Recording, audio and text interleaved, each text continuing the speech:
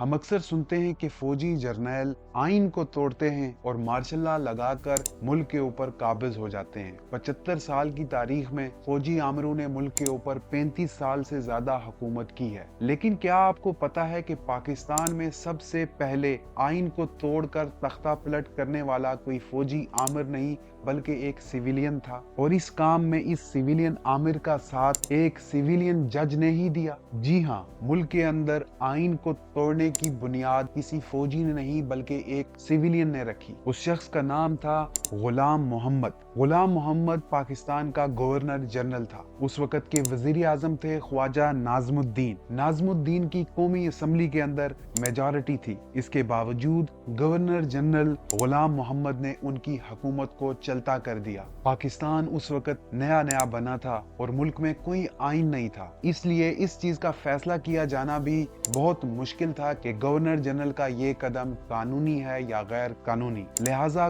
قومی اسمبلی میں اس حوالے سے قانون سازی کی جاتی ہے۔ اس قانون سازی کا مقصد گورنر جنرل کے بے جا اختیارات کو کم کرنا تھا۔ یہ قانون سازی تقریباً مکمل تھی اور اس کا فائنل ڈرافٹ بھی تیار تھا، لیکن اس کے قومی اسمبلی سے پاس ہونے سے کچھ ہی ٹائم پہلے گورنر جنرل غلام محمد اسمبلی کو ہی تحلیل کر دیتے ہیں، جس کا ان کو کوئی اختیار نہیں تھا۔ ان کا یہ اقدام سراسر قانون کے خلاف تھا، لہٰذا یہ کیس عدالت میں جاتا ہے۔ اس وقت سپریم کورٹ کے چیف جسٹس منیر ہوتے ہیں۔ ان کے سامنے یہ مشہور زمانہ کیس مولوی تمیز الدین ورسز فیڈریشن آف پاکستان لایا جاتا ہے۔ جسٹس منیر حیران کن طور پر قومی اسمبلی کی تحلیل کو جائز قرار دے دیتے ہیں اور یوں قانون کو توڑنے کے اس بہت بڑے عمل کو ایک قانونی جواز مل جاتا ہے، اور یہاں سے ابتدا ہوتی ہے نظریہ ضرورت کی۔ مستقبل میں چل کے اسی نظریہ ضرورت کو استعمال کرتے ہوئے کئی فوجی آمروں نے اپنے اقدامات کو جواز بخشا، اور